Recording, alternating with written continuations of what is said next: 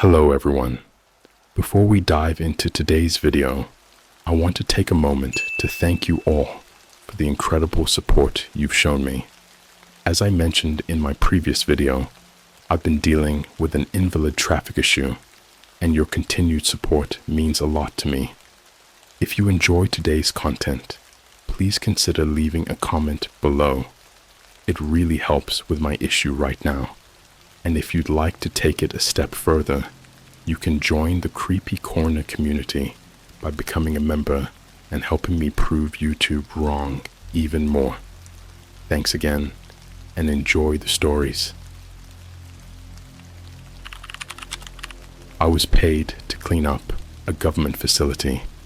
I found something chained in the basement. Hey Reddit, long-time lurker, first-time poster here. I'm not really sure where else to share this, but I've been thinking about it non-stop, and it's driving me a little crazy. I guess I just need to put it out there, even if it sounds insane. Maybe some of you will believe me. Maybe you'll just think I'm nuts, but this happened to me, and I swear every word is true. This started about 6 months ago. I work freelance. You know the type. I pick up odd jobs here and there, nothing too steady, just enough to pay the bills and keep a roof over my head. One of the regular gigs I get is janitorial work for a cleaning company that contracts with different clients around the city. It's a no questions asked kind of thing. They call, tell me where and when, I show up, clean whatever needs cleaning, and get paid. Nothing glamorous, but it keeps me afloat. So, one day, I get a call from my boss about a special job. He says it's a high-paying gig, double my usual rate, and it's a one-night thing. The catch? Total confidentiality. No asking questions, no taking pictures, and definitely no telling anyone what I saw or did. I should have been suspicious right away, but the cash was good. I was broke, and it sounded like easy money. I just had to sign an NDA, show up, clean, and go. No big deal, right? The address they gave me was way out of town, deep into the kind of territory where GPS goes wonky and cell reception drops to zero. I drove for about an hour through back roads, past long stretches of nothing but trees and hills. Eventually, I came to this old, half-abandoned facility surrounded by a rusty chain link fence. The place looked like it hadn't seen daylight in decades. There was no sign, no lights, no indication of what the building was for, but a security guard met me at the gate, checked my ID, and waved me through without saying a word. I parked my car and walked up to the entrance. That's when I noticed something weird. The guard was gone. I don't know where he went. He was just gone. I remember feeling this strange, heavy silence settle around me as I pushed open the door and stepped inside. The place looked like it had been frozen in time since the 80s.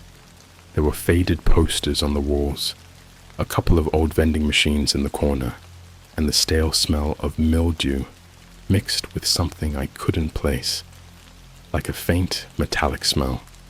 Inside, I found a note taped to a broom in the entryway. It was written in neat, printed handwriting that seemed almost too precise, like someone had practiced writing it over and over. Clean every room. Do not enter the basement. Simple enough, right? I figured it was some safety thing. Maybe the basement was full of old chemicals or asbestos or something. I didn't want to spend any more time in this creepy place than I had to, so I got to work. The first few rooms were pretty standard. Offices with desks and filing cabinets, a conference room with a broken projector, a kitchen that looked like it hadn't been touched in years. Everything was covered in a layer of dust, like no one had been in there for ages. But then I started noticing odd things. One of the offices had an old rotary phone sitting on the desk, and when I picked up the receiver to move it, I swear I heard faint breathing on the other end. Just this soft, rhythmic sound, like someone was on the line, listening. I dropped the receiver back onto the cradle so fast I almost broke it. My heart was pounding, but I brushed it off. The place was old, abandoned, probably just some feedback or static, right? I kept telling myself that. In another room, I found a typewriter with a single sheet of paper still rolled in it. It had one word typed on it, over and over. Remember, dozens of times. Just that one word, filling the page. I tore the paper out, crumpled it up, and tossed it. I tried not to think about it too much.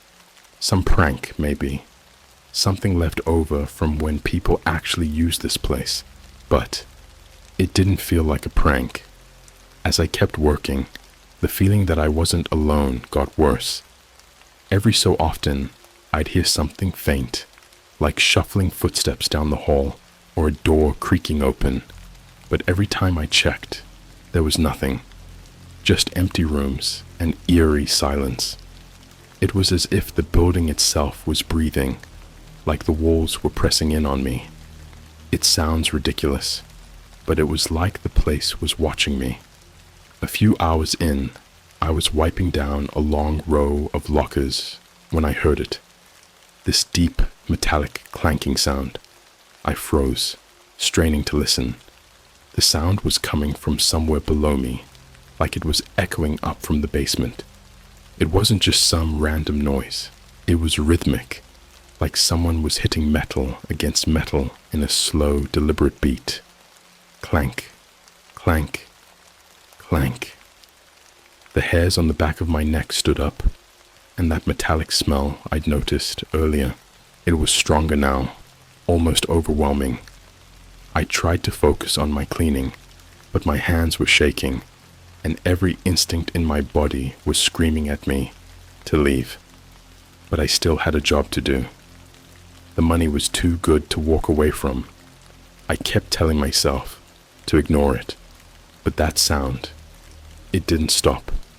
It kept going, steady and relentless, like a countdown ticking towards something I didn't want to know about. And then, against all reason, I found myself standing in front of the door to the basement. It was an old metal door with a rusted handle, and it looked like it hadn't been opened in years. But the clanking was louder here, vibrating through the door, practically daring me to open it.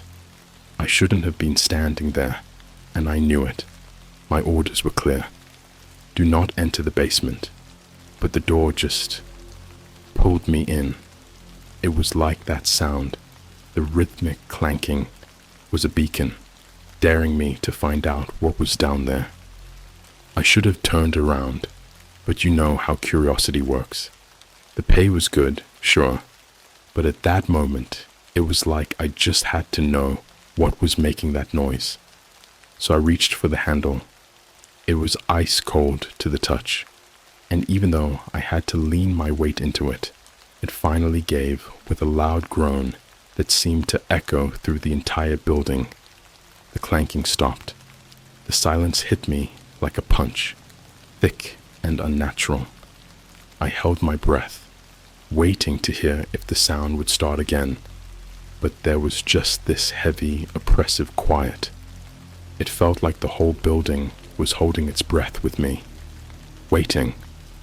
I glanced over my shoulder, half hoping I'd see the security guard appear to stop me. But there was nothing, just the long, empty hallway stretching behind me, shadows pooling in the corners. Against all sense, I stepped forward.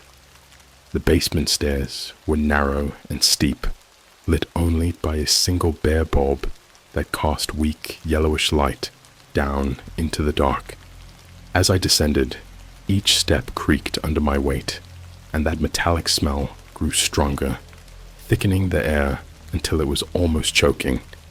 I wanted to gag, but I kept going, clutching the railing with sweaty hands, feeling like I was being watched with every step I took. The The basement was darker than I'd expected, and it wasn't some big, open storage space like I'd imagined. It was more like a maze of concrete hallways, stretching out in every direction, with doors lining both sides. I didn't know where I was going, but I felt drawn to a specific path, guided by some instinct that I couldn't explain. My footsteps echoed in the silence, bouncing off the concrete walls, making it sound like there were 2, 3, maybe even 4 people walking with me. One of the doors at the end of the hallway was slightly open, just enough for a sliver of light to spill out. That light was strange, almost a bluish color, flickering in and out like a broken neon sign. I took a few hesitant steps closer, trying to ignore the feeling that I was being led into a trap. My heart was pounding so hard I could feel it in my throat, every beat making the metallic smell sharper, more intense. When I pushed the door open, I was hit by a blast of freezing air. The room was small, cramped, filled with old medical equipment that looked like it had been salvaged from a horror movie set. Rusted scalpels, syringes with needles longer than my hand, and machines with dials and switches I couldn't even begin to understand. But the thing that caught my eye was in the center of the room. There was a large metal chair bolted to the floor, the kind you'd expect to see in an old hospital or a dentist's office from hell. Leather straps hung from the armrests, brittle and cracked from years of disuse, but still looking strong enough to hold someone down. And there, right next to the chair, was a chain. This wasn't just some ordinary chain, though. It was thick, almost comically so, like it was meant to hold down a wild animal. The links were massive, rusted, and scarred with deep scratches, like something had been clawing at it. But the worst part, the chain was bolted to the wall, and it looked freshly used. There were dark stains on the floor around it, a trail of something that looked suspiciously like dried blood, leading away from the chair and toward the corner of the room. I wanted to back out, to leave, to pretend I hadn't seen any of this, but then I heard it again, that clanking sound. Only this time, it was coming from somewhere behind me, further down the hall. It was like whatever had been making that noise knew I was down here, and it was calling me, drawing me deeper into the basement. I should have left. I knew I should have left, but there was something in that clanking, something almost desperate. It sounded less like an inanimate noise and more like a signal, a plea for help. I was scared out of my mind, but I couldn't shake the feeling that I was meant to be here, that I was supposed to see whatever was waiting in that basement. I followed the sound, my feet moving on their own, leading me through another series of hallways and past more doors. Some of them had strange symbols carved into the wood. Others were padlocked with thick chains. And as I walked, I noticed that the walls were covered in scratches, like someone had tried to claw their way out of here. Eventually, I came to another door. This one was different. It wasn't marked, no symbols, no locks, just an ordinary metal door. But as I reached for the handle, the clanking sound stopped again, and in the silence, I thought I heard breathing, deep, labored breathing, coming from the other side of the door. I froze, my hand hovering just inches from the handle, torn between the urge to run and the morbid curiosity that had driven me this far. Before I could make a decision, though, I heard something else, something that made my blood run cold. A whisper, faint and broken, barely more than a rasp, coming from the other side of the door. "Help! Me!" The voice was weak, strained, like whoever was speaking hadn't used it in years. But there was something off about it, something that made my skin crawl. It sounded wrong, like it was struggling to mimic human speech. Every instinct screamed at me to turn around, to get out of there, but the voice kept repeating, "Help me, please." Over and over, each word laced with desperation and something else, something almost hungry. Against every ounce of common sense I had, I gripped the handle and pulled. The door creaked open, revealing a small dark room, illuminated only by a faint, eerie glow from an old emergency light in the corner. And there, chained to the wall, was something that defied all logic, all reason. It was hunched over, its form barely visible in the dim light, but I could make out enough. Its skin was pale, almost translucent, stretched tight over bones that looked far too long, too thin. Its fingers ended in sharp, claw-like nails that were stained dark, and its eyes, God, its eyes were huge, glassy, reflecting the dim light with an unnatural shine. It looked up at me, and for a brief moment, we locked eyes. There was an intelligence in that gaze, something old and knowing. And then it opened its mouth, revealing rows of sharp, needle-like teeth, and whispered again, "Help me." But this time, the words didn't sound desperate. They sounded mocking. I was frozen, caught in the gaze of that thing. I can barely describe it. Those eyes were too big, too bright, almost like they were seeing through me, pulling every thought, every memory to the surface, examining me. I could feel its stare creeping through me, like cold fingers pressing against my brain, and I had the overwhelming feeling that it knew me, not just in a passing way, but intimately, like it was peeling back layers and reading me from the inside out. And then it smiled, or at least it tried to. The skin on its face stretched tight across a jaw that opened just a bit too wide, revealing those rows of teeth that glinted in the dim light. It wasn't a human smile. It was something it had learned, a poor imitation that made my stomach twist. Its mouth moved, like it was trying to speak again, and I braced myself, every muscle tensed to bolt.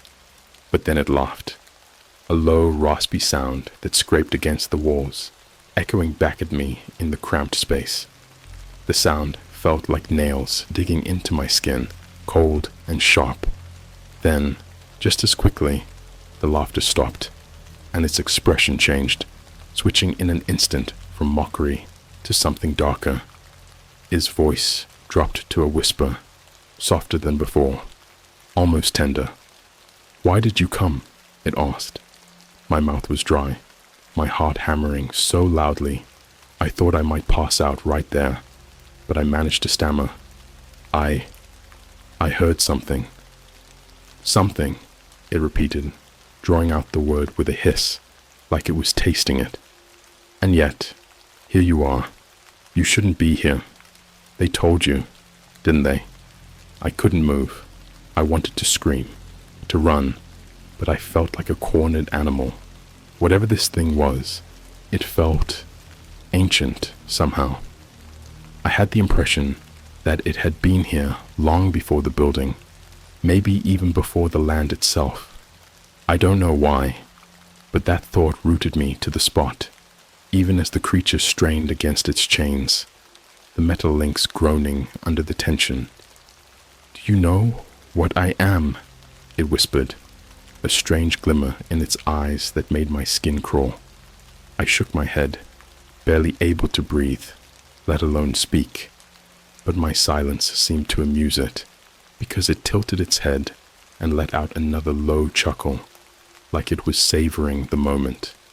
It tugged at the chains, the links rattling against the wall, and I realized, with dawning horror, that it was trying to move closer to me. "Do you know what they do here?"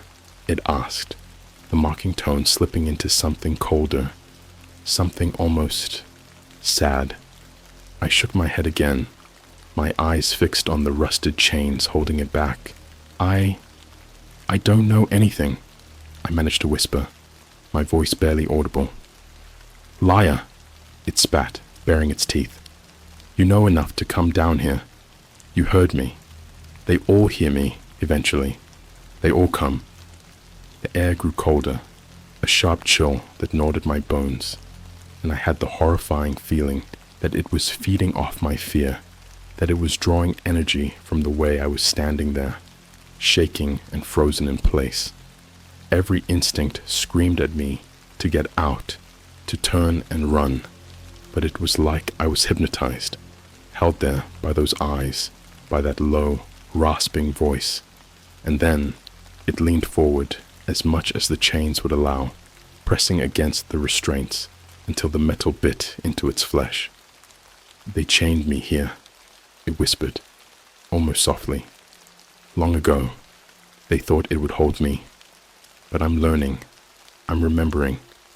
It paused, its head tilting as if considering something, and in that moment, I felt a flicker of something that almost felt like pity, as if it were gauging my reaction, testing me. The thought of it actually studying me, reading every subtle shift in my expression, sent a fresh wave of terror through me. It spoke again, quieter now, its voice almost a hiss. They think they can keep me here, but I've seen their faces. I know who they are, what they've done, and now I know you. The last words hung in the air, twisting like smoke, sinking into my brain. It knew me.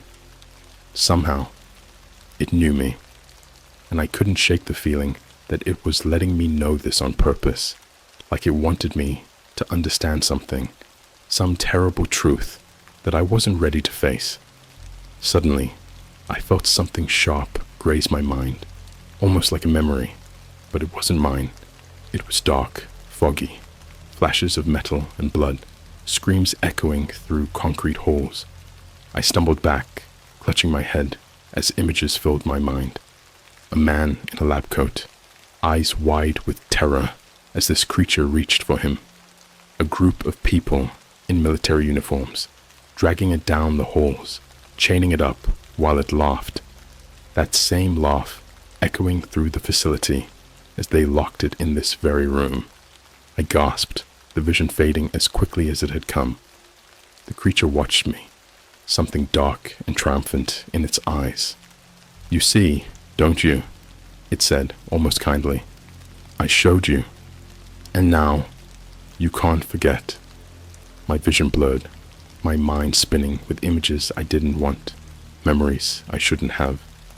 I felt nauseous, my stomach churning as if I'd been poisoned. It was in my head, burrowing deep, planting seeds of something I couldn't shake. Something that made my skin crawl. The creature leaned back, settling against the wall, its gaze never leaving mine. They'll come for you now, it said, almost as if it were stating a fact. They always come for the ones who see me. I backed out of the room, not caring about the noise anymore, not caring if it heard me or if it followed. I just needed to get out of there, to put as much distance as possible between me and that thing. My footsteps pounded against the concrete floor as I bolted down the hallway, the walls seeming to close in around me. I could still hear its voice echoing in my mind, twisting around my thoughts, embedding itself like a splinter I couldn't remove. As I reached the stairs, a horrible realization struck me. The metallic smell that had filled the basement was gone. Instead, I caught a whiff of something else. Something rotten, decayed, like the scent of a long-dead animal. It clung to me, thick and sickening, seeping into my clothes, my skin, as if the very air had changed. I didn't stop to look back. I climbed the stairs, taking them two at a time, my breath coming in short, shallow gasps. When I reached the main floor, I stumbled into the hallway, collapsing against the wall, gasping for air. But then, as I looked down the corridor, I froze. The door I'd come through, the one to the basement, it was wide open, and there, just beyond it, was the guard.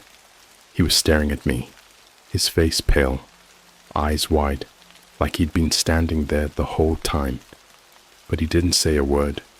He just stared at me, his expression twisted with fear, as if he knew exactly what I'd seen down there. And then, in a voice barely above a whisper, he muttered, "You shouldn't have gone down there." I wanted to scream, to demand answers, but the guard just turned, his steps echoing down the hallway, leaving me alone, the metallic smell now clinging to the air around me, like a warning that I couldn't escape. I stood there, staring at the open door, feeling like I'd just crossed a line I could never uncross. The guard's words echoed in my mind. "You shouldn't have gone down there." I kept replaying the way he'd looked at me, like he knew exactly what I'd seen, and that he pitied me for it. I tried to shake it off. I needed to get out. My hands were shaking as I fumbled for my keys, but before I could take a single step toward the exit, the lights flickered. I froze, eyes darting to the ceiling as the old fluorescent bulbs buzzed, then dimmed until the hallway was cast in shadow. For a moment, I thought the power had cut out completely, but then the lights came back on, weaker, duller, like they were struggling to stay alive. Everything looked washed out, drained, like I was seeing the world through a thin veil. I started moving again, forcing myself down the hallway, past the rooms I'd cleaned. But as I passed each door, I noticed something. The rooms looked wrong. The furniture had shifted, the chairs and desks arranged at odd angles, facing the walls as if whatever was inside wanted to hide. I couldn't shake the feeling that I was being watched, that eyes were following me from the shadows. My footsteps echoed, too loud in the silent halls, and I couldn't help but glance over my shoulder every few seconds.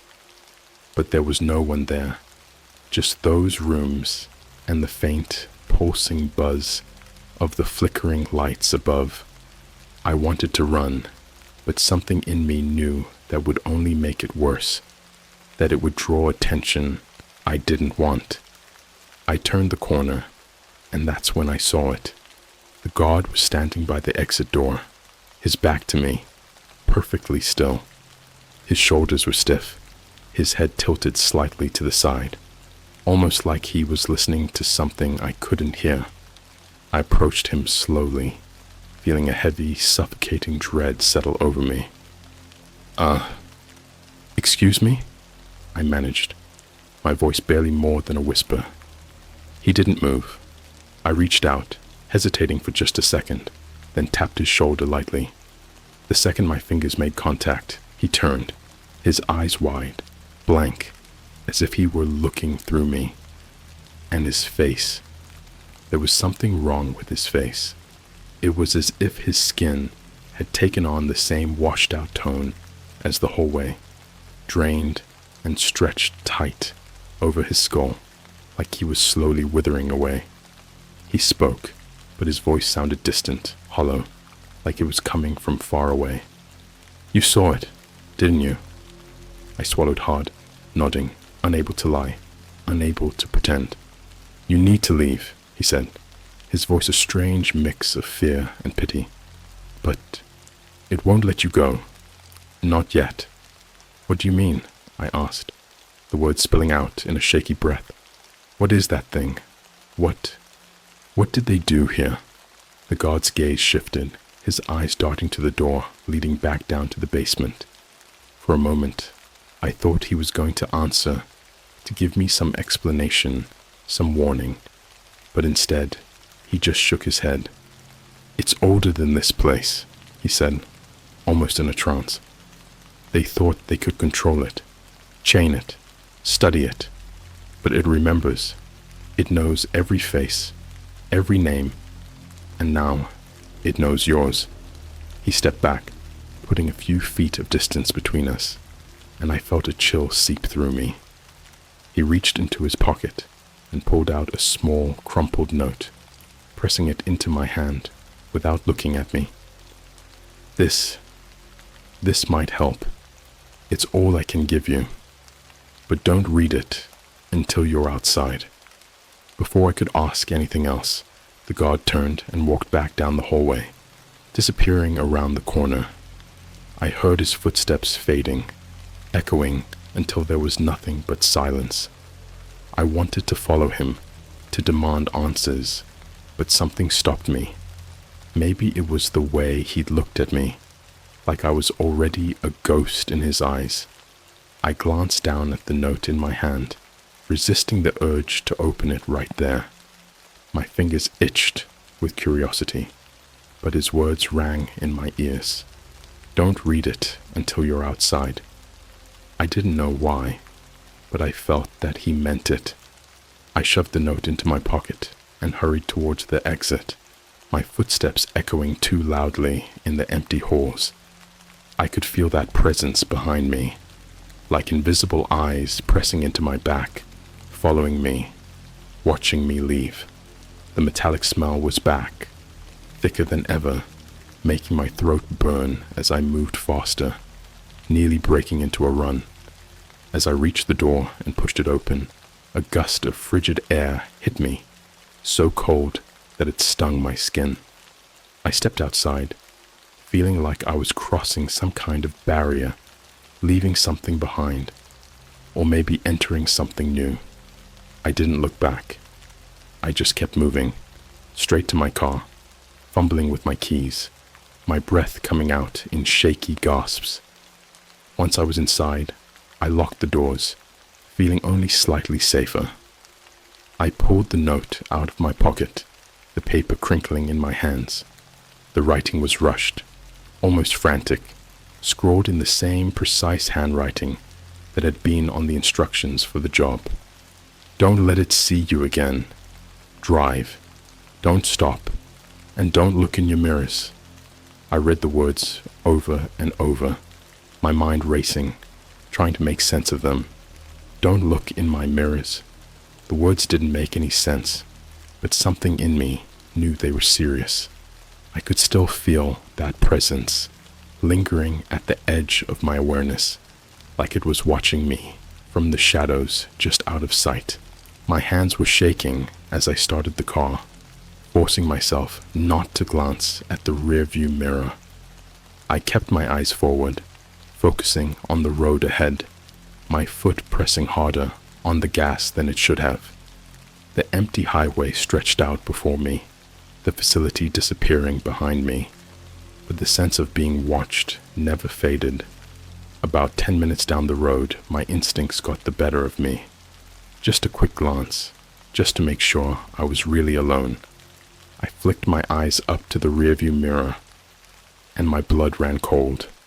In the reflection, I saw something in the back seat.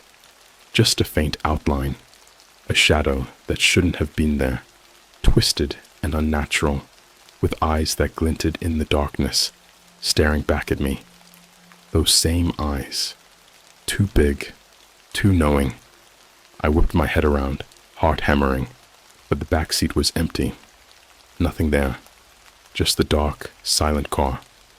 But when I looked back in the mirror, it was there, closer now, almost leaning forward, the eyes brighter, sharper, watching me with a twisted smile that sent icy claws down my spine. I forced myself to look away, my knuckles white as I gripped the steering wheel, fighting the urge to look again. I knew what I'd seen, and I knew it wanted me to see it, but I wasn't going to give it the satisfaction. I pressed harder on the gas, tearing down the road, the landscape around me blurring in the darkness. For the rest of the drive, I kept my eyes locked forward, the words on the note repeating in my mind. Don't look in your mirrors. Don't let it see you. The air in the car felt heavier, colder, like that presence was filling the space around me. waiting for me to slip, to look back. By the time I reached the city limits, the metallic smell was gone, the air clearing as I pulled into my driveway. But the feeling of being watched lingered, seeping into my skin like a stain I couldn't wash off. When I finally stepped out of the car, I had one last look back at the rearview mirror just to make sure. It was empty, but that didn't stop the whispering. The whispering followed me into the house. It was faint, just at the edge of my hearing, slipping into my mind like a shadow I couldn't shake. Every few steps, I'd hear it again. Soft, unintelligible words, like a distant conversation just out of reach. I locked the front door behind me, feeling ridiculous and paranoid, but I couldn't shake the sense that something was standing right behind me, watching, waiting. I tried to ignore it, moving through the house, double-checking every lock, every window, my hands still shaking. The note crumpled in my pocket, a reminder that I'd made it out. But had I really? I kept hearing that voice from the basement, the strange, mocking tone, the way it had said my name, like it had known me forever. As I walked into the bathroom, I caught a glimpse of myself in the mirror, and I froze. I was pale, with dark circles under my eyes, a haunted look that made me almost unrecognizable. But it wasn't my own reflection that scared me. It was something I hadn't noticed before, a faint smear on the mirror, like a fingerprint, or a smudge of something dark. I hadn't touched the mirror. I knew that. I wiped it away with my sleeve, the glass cold and unyielding under my touch. But when I stepped back, I felt something settle in my gut, the sense that I wasn't alone, even in my own reflection. It felt like something was crouching there, just beyond the surface, waiting for me to slip, to let my guard down. By the time I finally climbed into bed, exhaustion was pulling at me, but my mind wouldn't let go.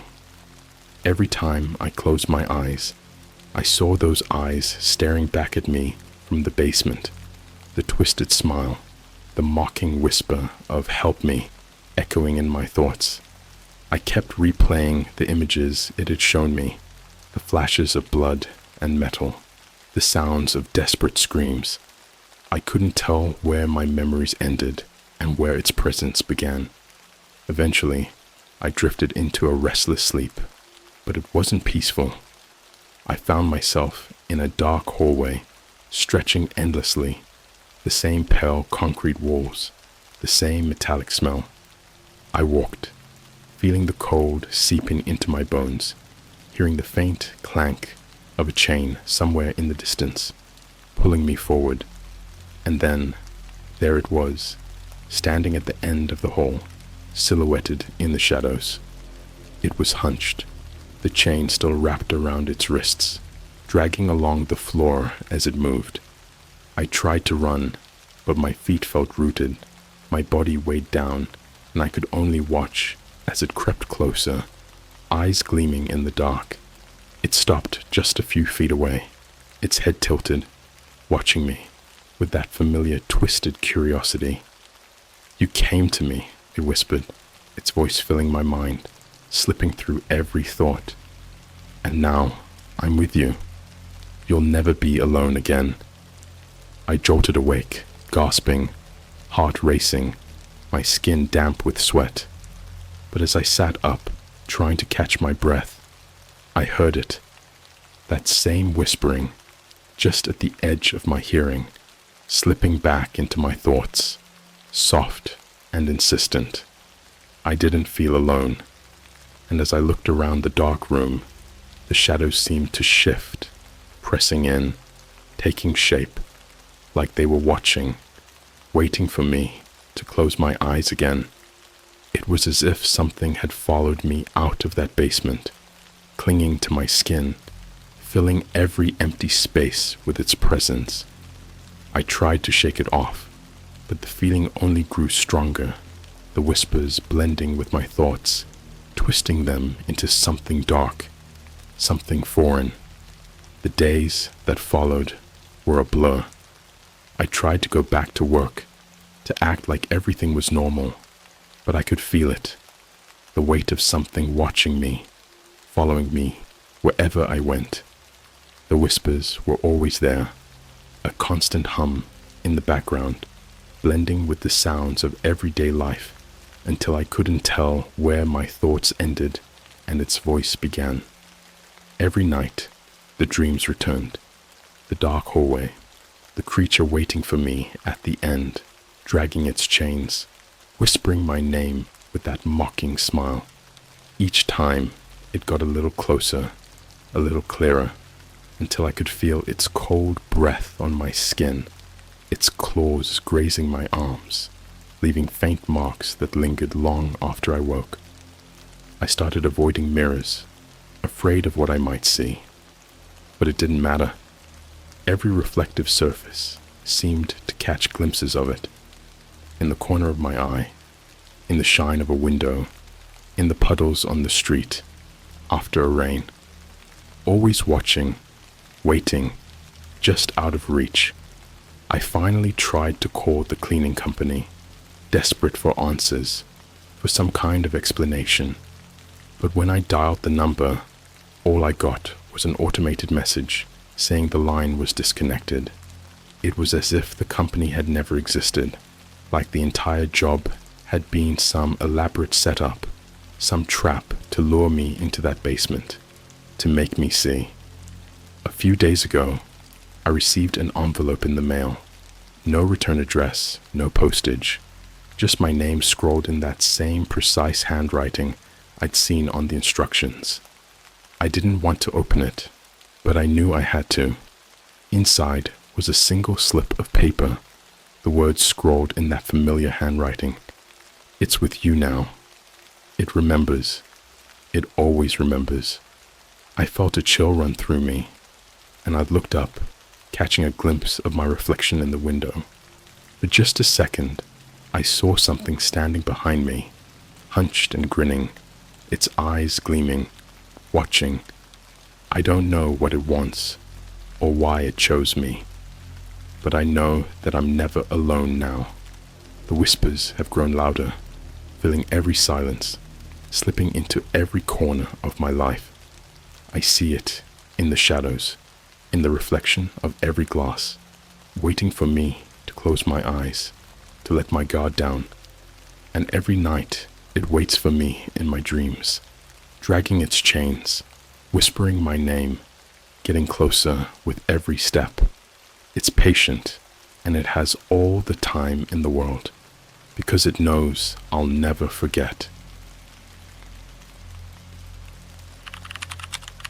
I took a job delivering packages for the dark web. One of them started moving in my car. Alright, so here's the deal. I know this sounds insane, but at the time, it felt like the best way to make a quick buck. I'm not exactly rolling in cash, and student loans are suffocating me. I'm pretty sure my stomach is now conditioned to rumble the exact day rent's due.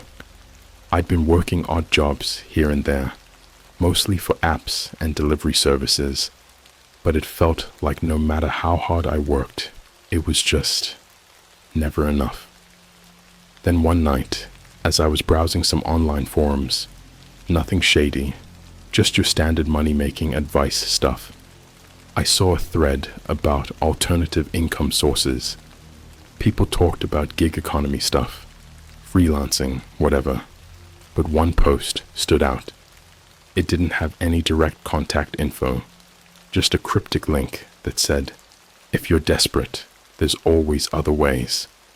In a moment of what I can only describe as sleep-deprived curiosity, I clicked it. The link led me to this minimalistic black site with a single line of text and a blinking cursor. Do you need money? Underneath it was a button labeled yes. I thought about it for a solid minute. It was probably a scam, but something about it seemed professional. I don't know. Looking back, it was dumb, but at the time, the desperation outweighed the logic. I clicked yes. Immediately, a chat box popped up. No name, no username, just a person on the other end who typed fast and precise. Stranger, are you willing to follow instructions without question? I stared at the screen, half expecting this to be some weird prank or honestly, some sketchy sales pitch. But my fingers moved before my brain could stop them. Me. Yes. A second later, a list of instructions flooded the chat. It was all really vague. Meet at a parking lot at the edge of town. Show up exactly at 3 a.m.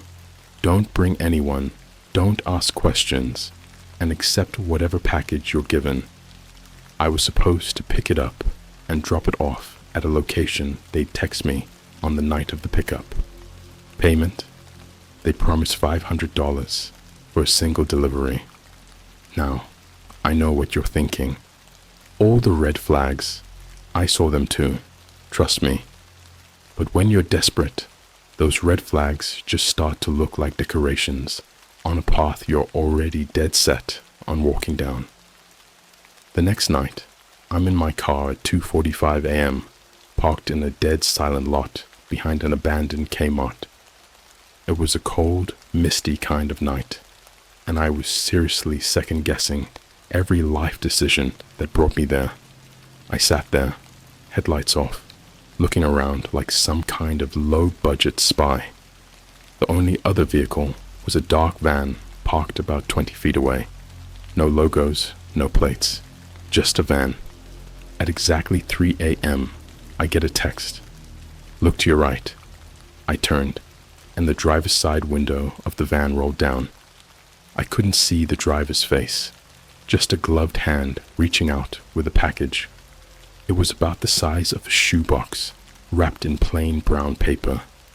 I got out of my car, walked over, and took it. The gloved hand immediately retreated back inside the van, and the window rolled up without a single word exchanged. And just like that, the van pulled out of the lot and disappeared down the road. I got back in my car, the package now sitting in the passenger seat, like a silent, ominous guest. My phone buzzed with a new text. Drive to the address provided and drop the package at the front porch. Do not open it. Do not ask questions. Once you complete the drop-off, you'll receive payment. The address was on the far side of town, in one of those areas where even the streetlights look like they're struggling to stay on. I didn't know anyone who lived out there, but the route was burned into my brain thanks to hours of driving for work. It was a quiet, desolate drive, the kind where your brain starts to play tricks on you, making shadows dance and whisper in the corners of your vision. I thought about the package a lot on that drive. It felt heavy, and I mean really heavy, like something solid and dense was crammed inside. My curiosity itched, but I kept telling myself, don't be stupid. It was probably drugs or something worse. As I drove, the silence in the car started to feel too thick, almost suffocating. And then, just as I was turning onto the final street toward the delivery address, I heard it, a thump from the passenger seat. The thump from the package made me slam on the brakes, and for a split second, I thought I'd imagined it. I sat there, staring at the box, my heart hammering so loud I could practically hear it echo in the silence. The thing is, packages don't just move on their own.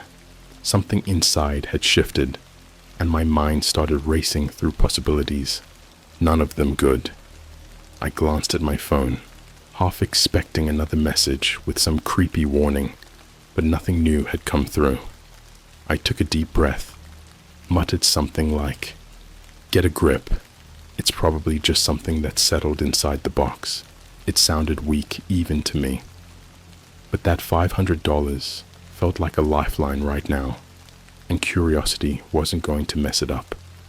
So I kept driving, hands tight on the wheel, eyes flicking over to the package like it might jump out of its wrapping and bite me. When I pulled up to the house, I was struck by how normal it looked.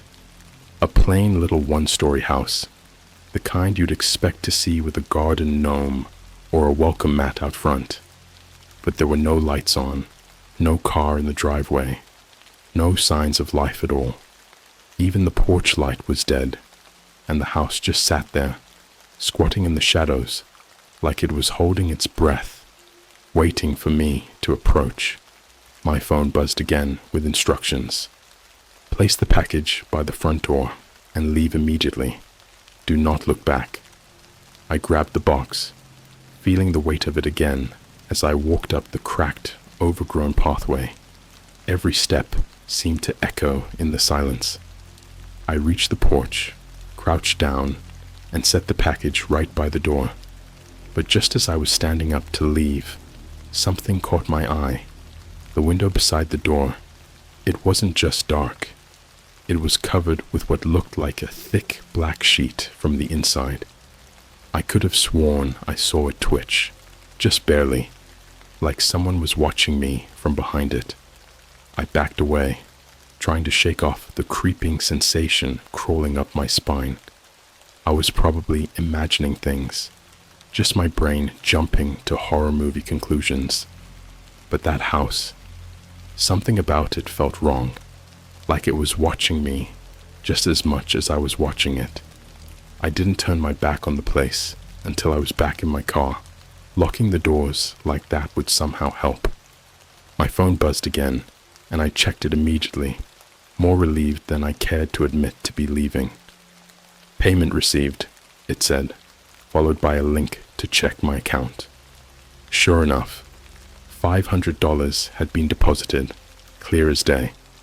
I told myself, that was it. Easy money. I'd delete the contact, forget the whole thing, and maybe even treat myself to a decent dinner for once. But the entire drive home, I couldn't shake the feeling of being watched, like there was something just out of sight, waiting. It was ridiculous. I knew that, but the feeling clung to me all night. I should have walked away, cashed out, and chalked it up as a weird experience, but I didn't. The next night, I got another text. New instructions, new address, same deal. A part of me knew I was making a bad decision, but the money was right there, dangling in front of me like bait. $500 a night. It was hard to ignore, especially after seeing that first deposit in my account. So, I decided to go for it again. This time, the pickup was in a different part of town, a park after hours. Same van, same gloved hand reaching out from the darkened window to pass me the package without a word. I didn't like that I was starting to feel familiar with the whole process, like this bizarre ritual was becoming routine. The package this time felt different, lighter than before, but something about it was still off. And as I started driving to the drop-off location, a farmhouse on the outskirts of town, that feeling of wrongness crept back into the car, heavier than ever. I tried to push it out of my head, focusing on the money, the clean drop-off, and the fact that I could just quit any time I wanted to. But halfway to the farmhouse, there was another thump. This time it was sharper, like something had struck the inside of the box. I clenched the steering wheel, staring straight ahead, doing everything I could to ignore it. Then I heard it, a faint scratching sound. It wasn't loud, more like a faint skittering, the way you'd imagine a trapped insect might sound trying to find a way out. I kept driving, my hands sweating, my eyes fixed on the road, refusing to even glance at the passenger seat. Then, something happened that nearly made me swerve off the road. The package shifted, like visibly moved in my peripheral vision. I whipped my head to the side, expecting to see something out of a nightmare, but the package was just sitting there, still and silent. I almost laughed, convinced I was letting the tension get to me, but before I could shake it off, I heard it again, a scratching noise, and then a distinct, muffled whimper. That's when it hit me. There was something alive in there. I sat there, foot frozen over the gas pedal, brain trying to make sense of what I'd just heard. A whimper. It was soft, almost too quiet to notice, but unmistakable. I leaned forward, gripping the wheel so hard my knuckles were white, staring straight ahead. My heart was pounding, and every instinct was screaming at me to just keep driving, to ignore whatever was happening in the package. But that whimper wasn't something you could ignore. I pulled over on the side of the road, headlights cutting through the dark like two strained eyes, trying to make sense of the shadows. The box sat there, plain and unassuming, yet different. Now that I'd stopped, I could hear it better. The faintest scratching sounds, like tiny claws on cardboard. Then another whimper, muffled but desperate, like something was trying to call for help, but couldn't quite manage it. I leaned back in my seat, trying to think rationally. I mean, people put some weird stuff on the internet, right? For all I knew, this was some twisted prank, some bizarre dark web experiment. Maybe they'd put a speaker inside, recorded some sounds to mess with me. It wasn't impossible, just unlikely. Curiosity won out over fear, and I reached out, fingertips barely grazing the edge of the box. It felt warm to the touch, like it had been sitting in the sun, though it was the middle of the night. The weight shifted slightly under my fingers, like something inside was responding to my touch. Stop being stupid, I muttered to myself. Just finish the delivery. But the moment I put the car back in drive, I felt it again. The package moved, almost as if it were shifting on its own, sliding an inch toward me. I stared at it, heart pounding, feeling more trapped in that car than I'd ever felt before. And then the scratching turned frantic. Whatever was in there, it was panicking. A terrible thought crawled into my head, something I'd been trying to ignore since the start. What if it was a person? Or even worse, what if it was something pretending to be? I thought about the anonymous driver in the van, the way he'd handed me the package without a word, the text message that had insisted on no questions. I'd broken the rule just by listening to the sounds inside. This wasn't just a job anymore. It felt like a trap I'd walked right into. I pulled my phone out and stared at the message thread.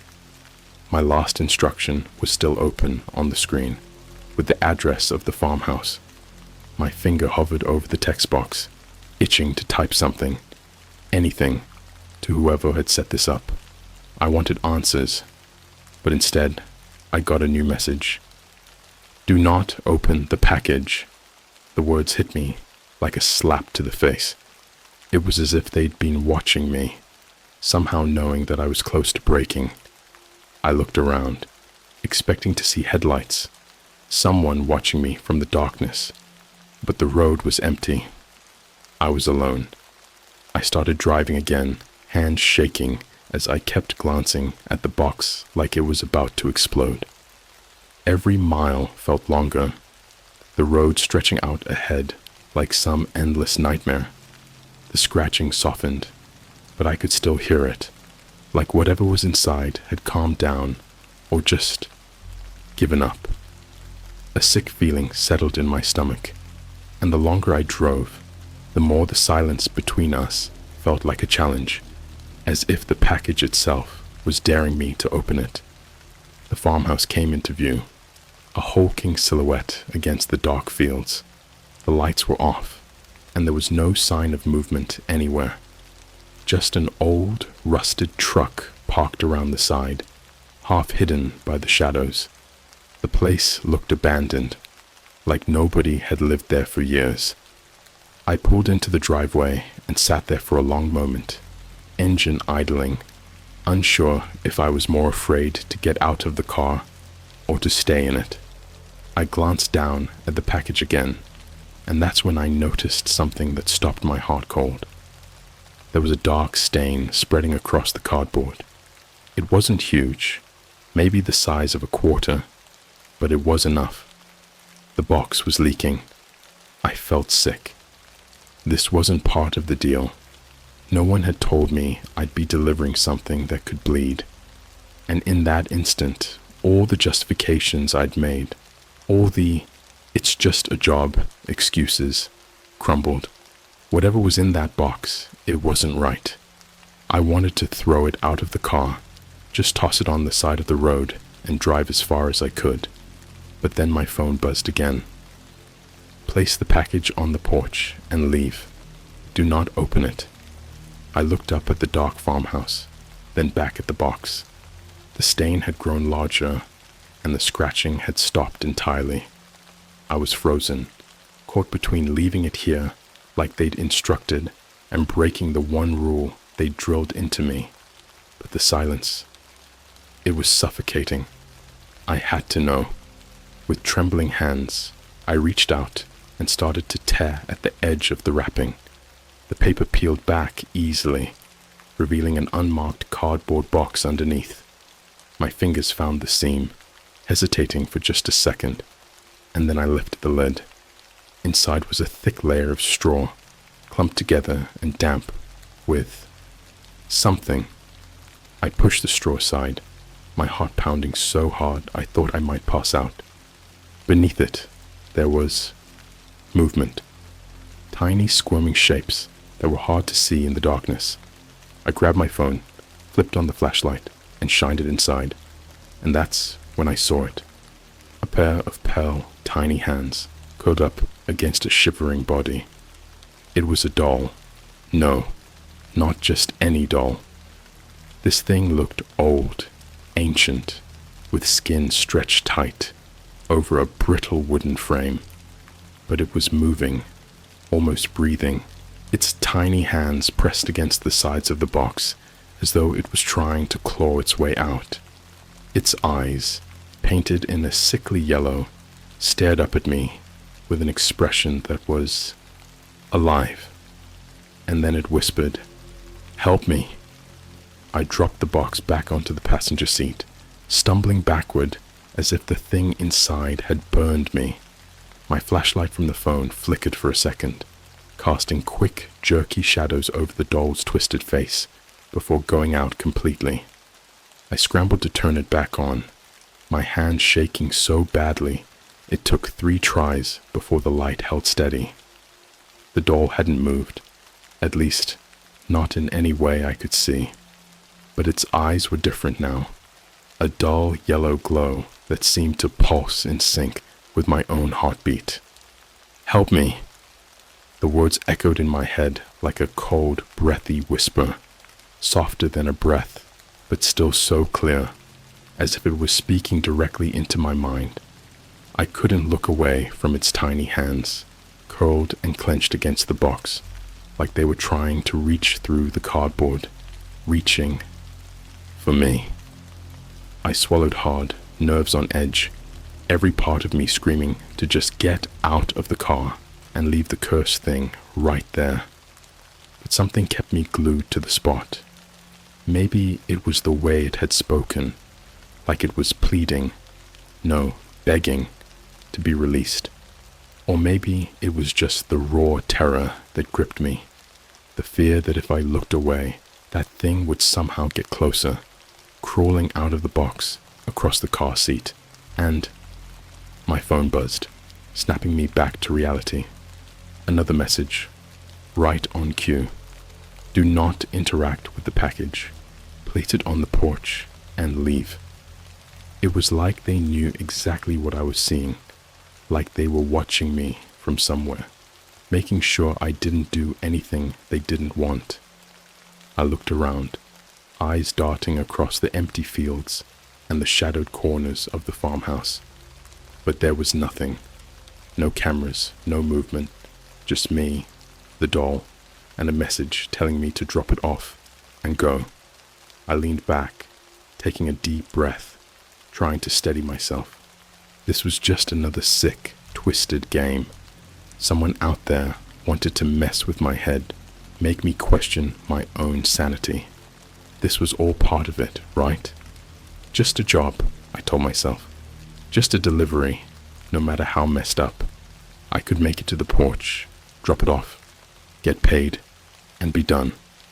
Ignoring the creeping dread clawing up my spine, I grabbed the box again, careful not to look directly at the doll's face. Its fingers twitched as I picked it up, a slow, jerky movement that I tried to ignore, pushing the image out of my mind as I got out of the car and headed for the farmhouse. Each step felt heavier than the last, like the shadows around me were pressing in, watching, waiting to see if I'd actually go through with this. When I finally made it to the porch, I set the box down by the door, feeling a sick sense of relief wash over me. But just as I turned to leave, I heard it again, so close I could almost feel the words on my skin. "Don't leave me here." I froze, heart pounding as the whisper grew louder, more desperate, like it was inside my head, weaving through my thoughts. I turned, staring at the box, feeling a war break out in my chest. Every part of me wanted to leave, to run as far as I could and never look back. But the voice had hooked into me, sinking its claws into my brain. The doll wasn't moving anymore, but I could feel its presence, like a weight pressing against me. And then, the door creaked open. I whipped around, eyes wide, expecting to see someone standing there. But there was nothing, just darkness. The interior of the farmhouse was barely visible, a faint outline of a staircase and old, dusty furniture silhouetted in the dim moonlight.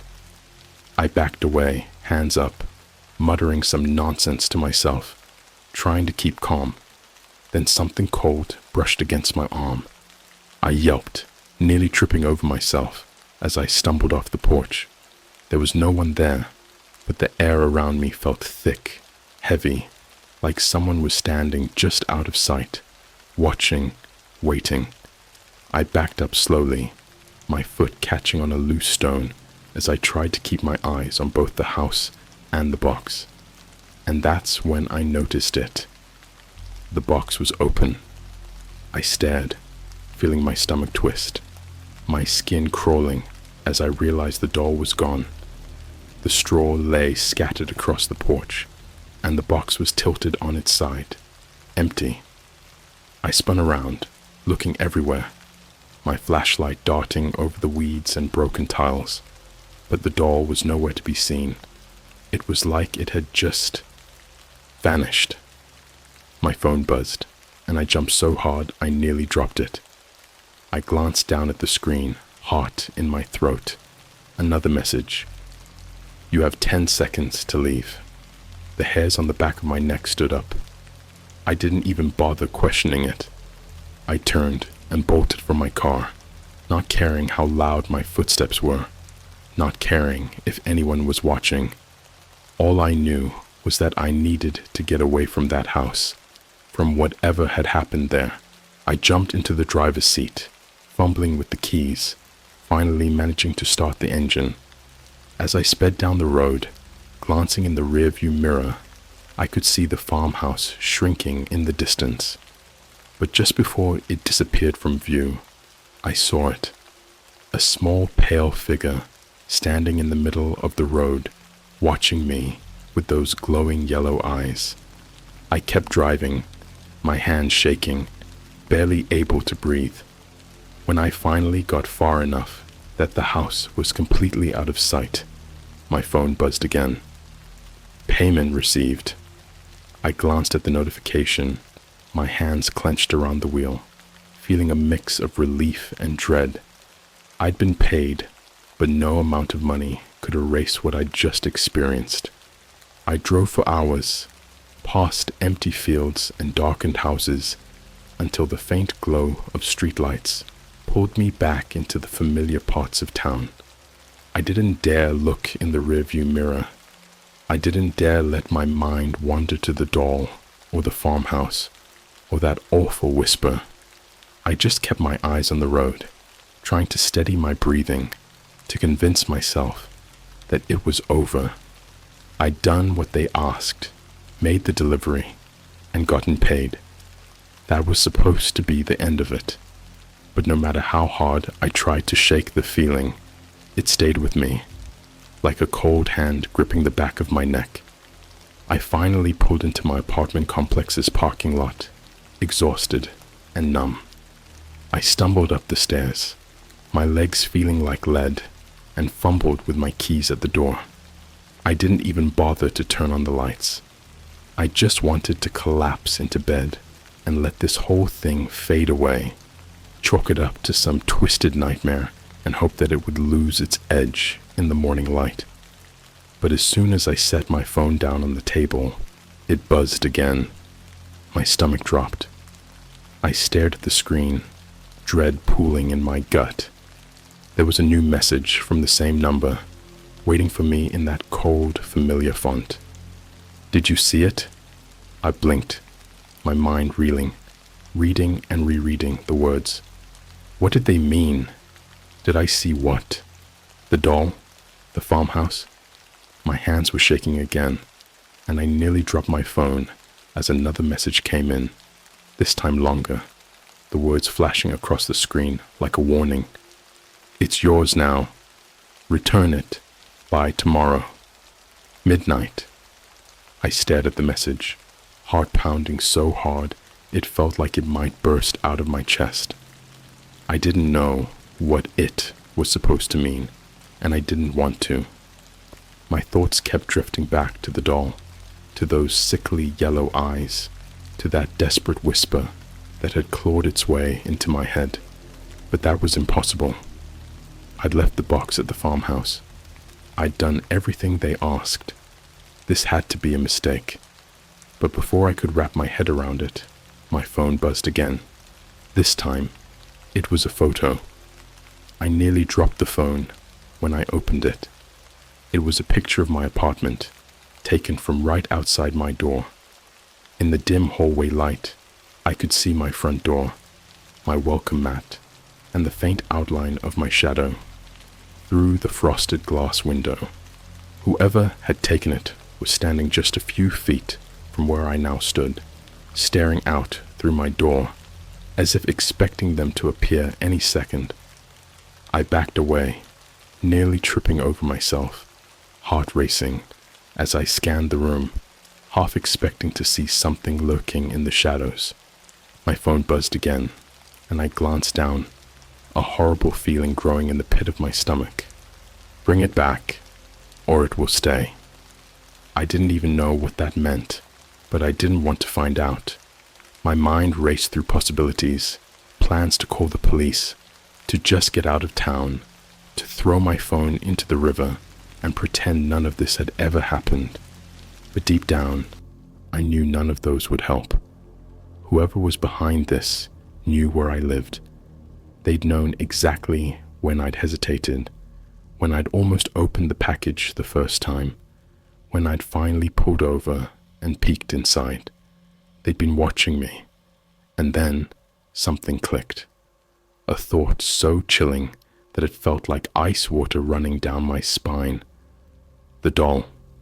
I forced myself to turn, feeling my pulse throb in my ears as I walked slowly through the darkness of my apartment. Each step felt heavier than the last, like something was dragging me down, guiding me toward a truth I didn't want to face. I flipped on the light in the living room, and that's when I saw it. The box was sitting on my coffee table, unopened, the wrapping paper smooth and untorn, as if I'd never touched it. But this time, there was no bloodstain, no scratches, just the same unassuming box, waiting. I backed away, my hands trembling, bile rising in my throat. I had no idea how it had gotten here, but one thing was certain. I couldn't ignore it. Not this time. The phone buzzed again, and I glanced down, feeling a fresh wave of dread as I read the message. Open it. I didn't want to. Every instinct screamed at me to leave, to run as far as I could, but my legs wouldn't move. The box sat there, taunting me, daring me to defy whatever unseen force had brought it here. I reached out, my hands numb, barely feeling the edges of the paper as I tore it away, lifting the lid with shaking fingers. Inside was the doll, just as I'd left it, but this time its eyes were open. They stared up at me, dull and lifeless, yet somehow filled with a strange kind of hunger. Its hands were pressed against the sides of the box, fingers bent at odd angles, almost like it had been trying to claw its way out. And then it spoke again, but this time it was clearer, like a whisper cutting straight through the silence. "Help me," it said, its tiny voice filled with something that sounded almost human. I stumbled back, dropping the lid as I backed away, but the doll's voice grew louder, more insistent, filling the room with its desperate, haunting plea. "Help me. Help me."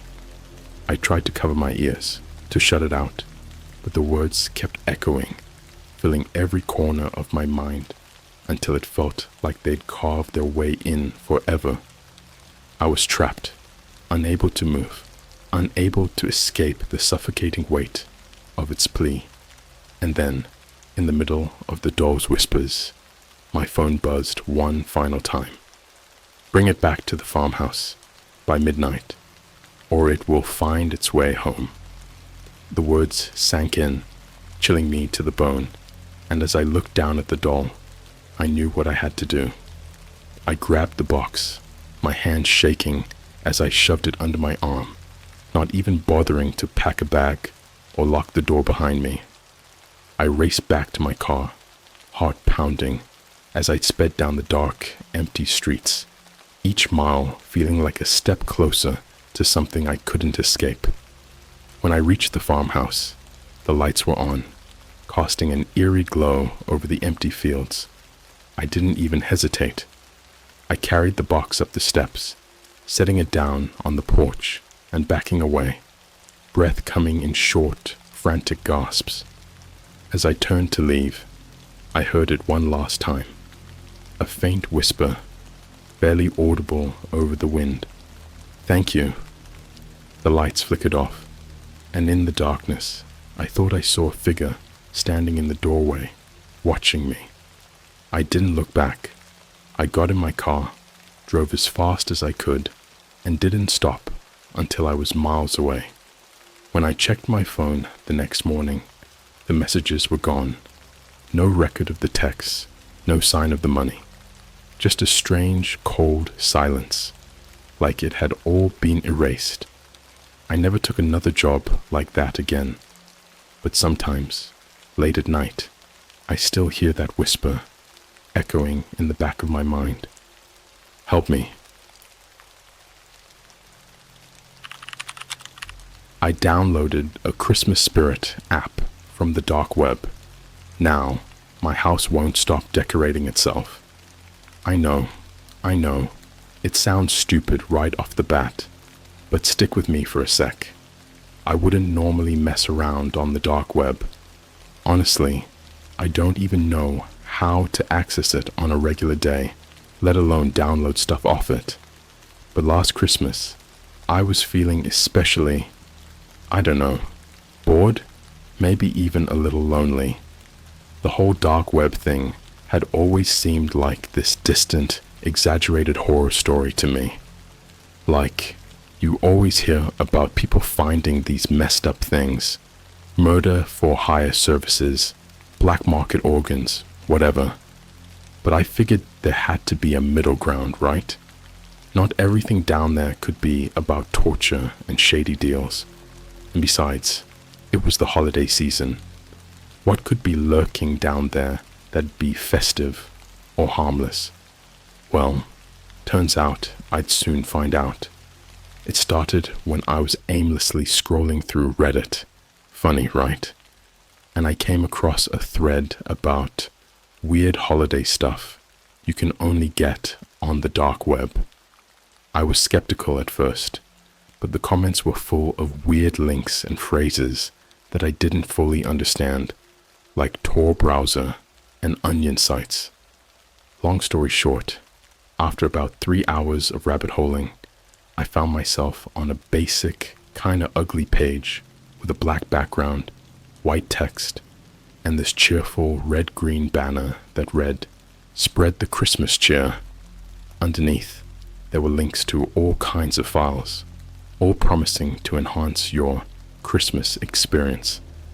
Most of them looked like junk, questionable-looking images, a few poorly written ebooks about Christmas conspiracies, some MP3s of Christmas songs sung in what I can only describe as demonic opera. But one link stood out. It was called Christmas Spirit App. There was no description, just a download button that looked way out of place. Big, bright, and flashing, like it was trying way too hard to grab my attention. I clicked on it without thinking too much. Yes, dumb move, but come on, it was Christmas. The file downloaded almost instantly, and I stared at the icon on my desktop for a while. It was a little red Santa hat with a tiny white snowflake on the pom-pom. It was oddly cute, which, yeah, I know now, should have been my first clue. So, I double-clicked it. The app opened to a blank red screen with a line of text that said, "Merry Christmas. Click to begin your Christmas spirit experience." There was no sign-in screen, no settings, nothing, just one big, festive-looking button. I clicked it. A little pop-up appeared that said, "Congratulations. Your Christmas spirit has been activated. Have a happy holiday season, and don't forget to spread the cheer." The screen blinked twice and went black. And just like that, the app shut itself down. I remember staring at my computer, waiting for, I don't know, something. But there was nothing. I reopened the app, but it wouldn't start again. My antivirus didn't flag anything, and the file seemed clean. I couldn't even uninstall it. The file was just gone. Part of me thought it was a joke, maybe a piece of Christmas-themed malware, but nothing happened. So I just shrugged it off, went to bed, and didn't think about it again. The next morning was when things started getting weird. The first thing I noticed was the smell. My entire living room reeked of pine needles. I live alone, and I definitely didn't have a real Christmas tree, so I had no idea where the smell could be coming from. It was this overwhelming, almost sickly sweet pine scent that just lingered, even though I opened all the windows and sprayed half a can of air freshener around the place. Then I heard the music, faint, tinny, like it was coming from somewhere far away, or through a wall. I thought maybe one of my neighbors was blasting Christmas music, but the odd thing was, it seemed to follow me, no matter where I was in the house. In the kitchen, I could hear it faintly behind the walls. In the bathroom, it sounded like it was coming from the heating vents. It was annoying, but I brushed it off. Figured I was just on edge after messing around on the dark web. But then the decorations started. I woke up the next morning to find my living room completely decked out in Christmas stuff. I'm talking a full-sized artificial tree in the corner, garlands hanging across my windows, fake snow on the ground. There was even a plate of Christmas cookies on the coffee table. And I swear to you, I hadn't bought or baked any cookies. I started laughing, thinking maybe my friends were pranking me. But here's the thing. I'm not the kind of person who throws big holiday parties or even has a lot of close friends nearby. There's no way anyone could have done this without me noticing. And that was just the beginning. Each day, more decorations appeared.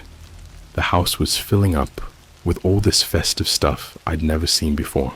Red and green throw pillows, a collection of porcelain Santa figurines, a wreath on every door, even some creepy animatronic reindeer that would occasionally twitch or blink on their own. I tried to ignore it, but it was getting out of control. One night, I decided I'd had enough. I gathered up all the decorations I could find and shoved them into the basement. The tree, the reindeer, the Santa figurines, the cookies. I packed it all down there and locked the door. But when I woke up the next morning, everything was back in place. Not just back, but multiplied. There were now 2 Christmas trees in my living room, both fully decorated.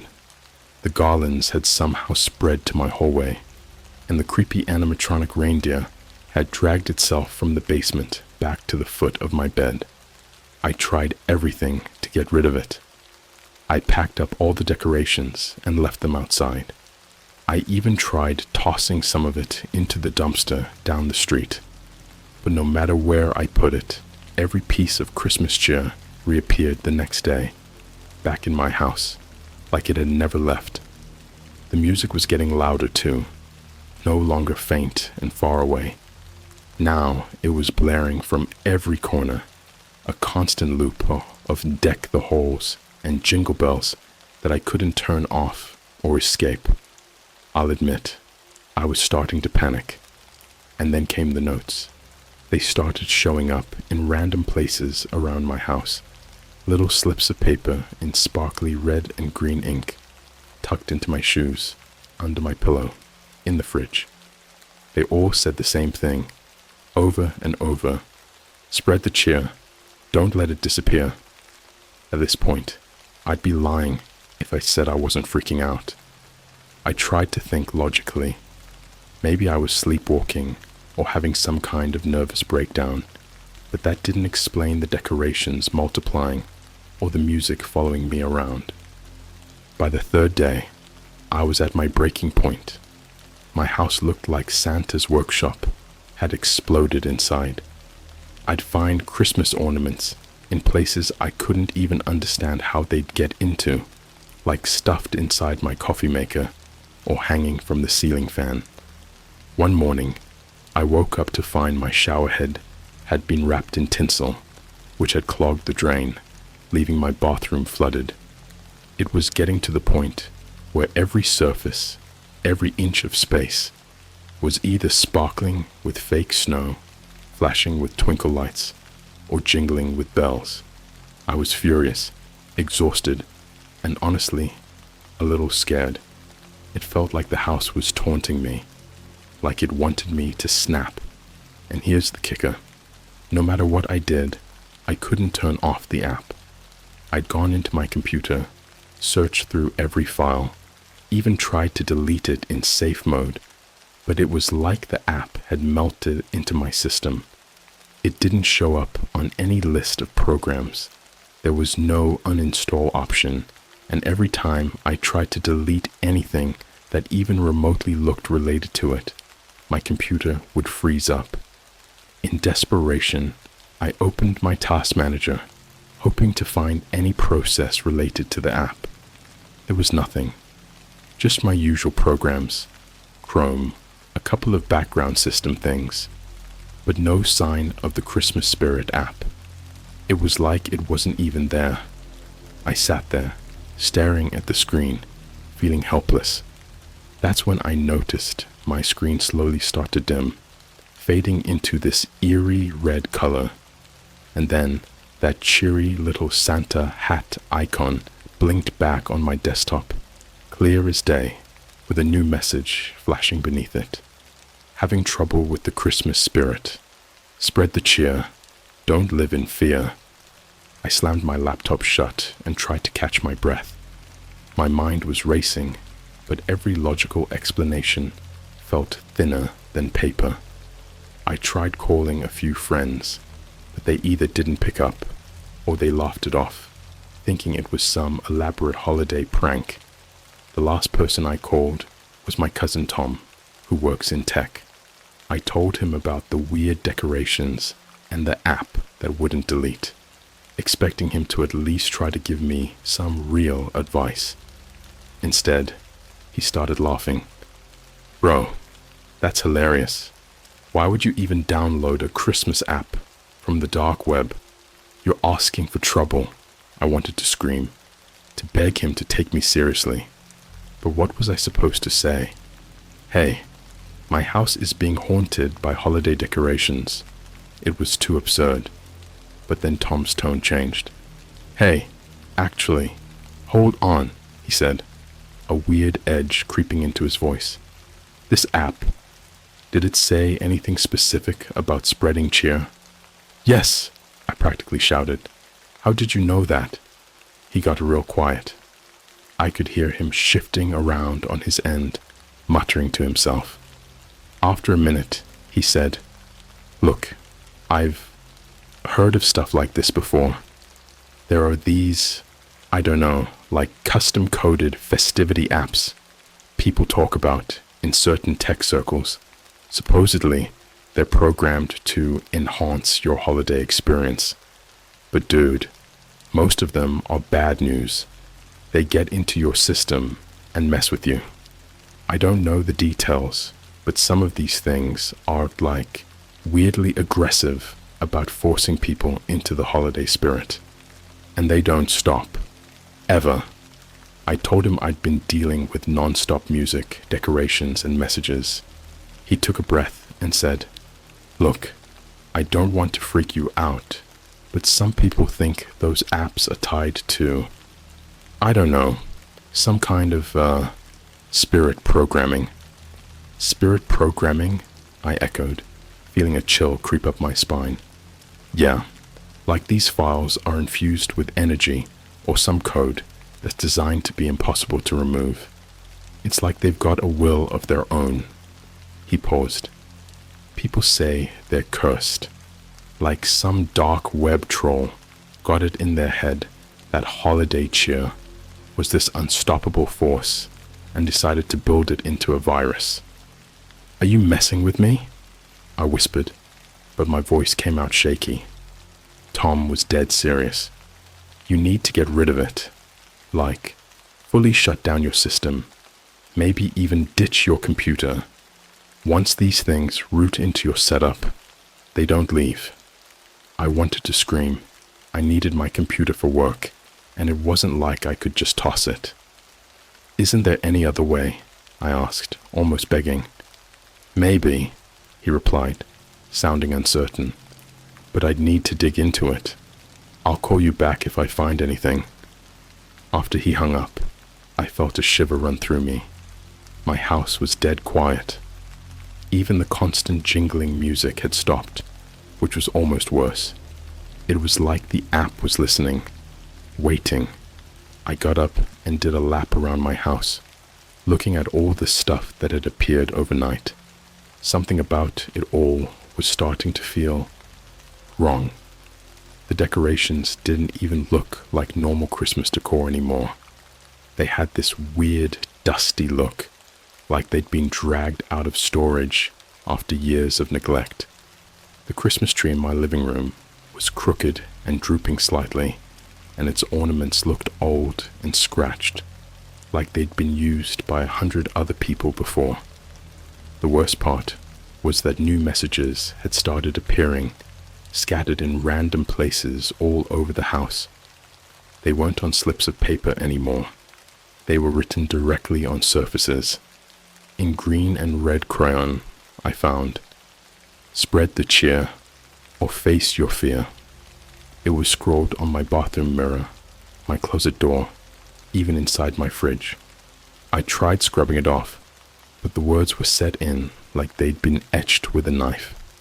The more I wiped, the more it just spread.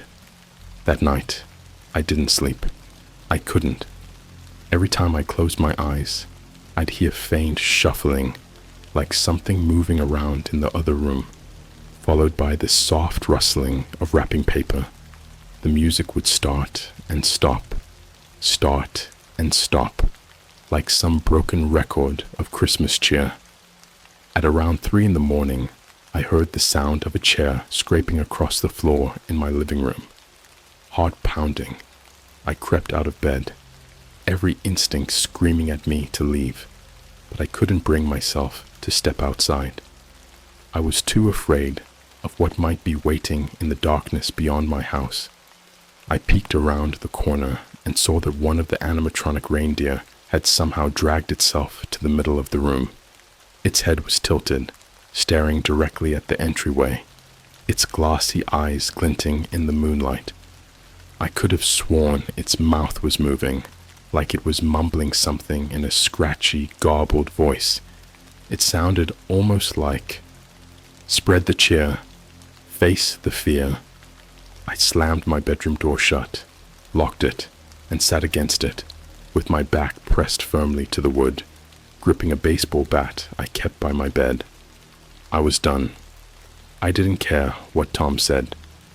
First thing in the morning, I was taking that computer to the nearest electronics recycling bin and smashing it to pieces. The only problem was, the app had other plans. Morning came, but the light didn't bring any relief.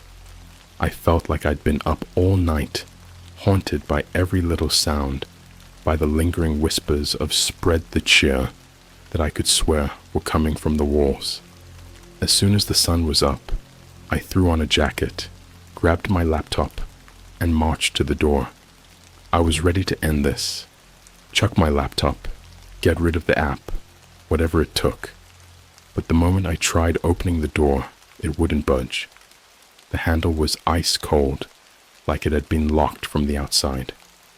I jiggled the knob, pounded on the wood, even leaned my shoulder into it, but the door felt like it had been welded shut. Frustrated, I tried the windows next. None of them would open, and even weirder, they were all covered with this thick layer of frost on the inside. I could barely see out of them, just foggy shadows of Christmas lights from neighboring houses. Every window, every exit was sealed, as if the house itself was trapping me in some holiday-themed prison. I was pacing, trying to figure out what to do, when I noticed something different in the corner of the living room. A small, red gift box that hadn't been there the night before. The box was neatly wrapped, a glossy ribbon tied in a bow on top. It sat there, perfectly scented, waiting for me. I walked over to it slowly, my mind spinning with dread.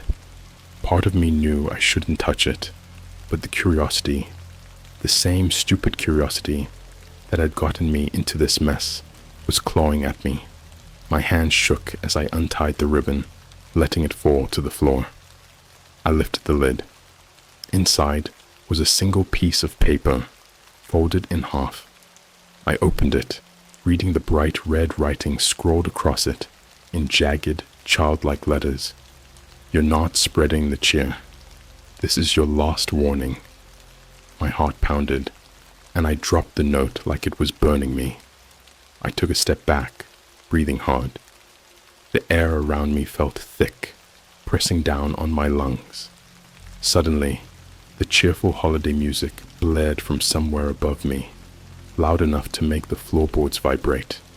It was Jingle Bells again, but this time it sounded distorted, warped, like it was being played underwater. And then, as if on cue, my phone rang. I snatched it up, desperate for some kind of human contact, some reassurance that I wasn't losing my mind. The caller ID said it was Tom, my cousin. "Tom! Thank God!" "Something's really wrong," I stammered, my voice coming out in a rush. But Tom's voice on the other end wasn't reassuring. It was shaky, nervous. I tried to find out more about the app last night. Like I promised," he said. "Look, I don't want to scare you, but whatever you downloaded, it's more than just a virus." I pressed the phone tighter to my ear, my throat dry. What do you mean, more than a virus?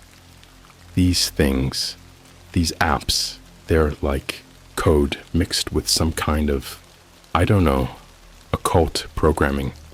Whoever made them must have designed them to mess with people's heads. Some say it's an AI programmed to haunt, but others, well, there are rumors they're bound with curses, like a ritual or something. If you don't do what it says, it, starts to retaliate. Retaliate. Tom, it's been decorating my house on its own. There are notes, things moving around by themselves. I'm trapped here. I was nearly yelling, hoping my cousin would understand the horror I was dealing with. Tom sounded genuinely terrified. You can't let it control you, but you might have to play along, at least for now. It's like it feeds off of holiday spirit. If you don't spread cheer, it gets angry, and I don't know what happens if it fully, well, you know. My grip on the phone tightened. I'm not singing carols or handing out cookies to ghosts, Tom. There was a long silence on the other end. Finally, Tom's voice came through, barely a whisper. Maybe just play along. A little. Enough to buy time. Do a small thing. Maybe hang an ornament or something. Then figure out a way to destroy the laptop. For good this time. As soon as I hung up, I stared around the living room, feeling the suffocating presence of all the decorations that had taken over. My gut twisted with dread, but if playing along was the only way to break free, then maybe Tom was right. I looked down at the red box, still lying open on the floor, the note glaring up at me. Its words burned in my mind. This is your last warning. Reluctantly, I reached for a small glass ornament from the tree and hung it on a nearby doorknob, hoping that was enough to spread cheer. Immediately, the music softened, fading into a faint hum. The lights on the Christmas tree twinkled gently, almost like the house was satisfied. But that sense of relief lasted all of 10 seconds. From the hallway, I heard footsteps. Slow, deliberate footsteps, like someone was taking their time, making their way toward me. My blood went cold.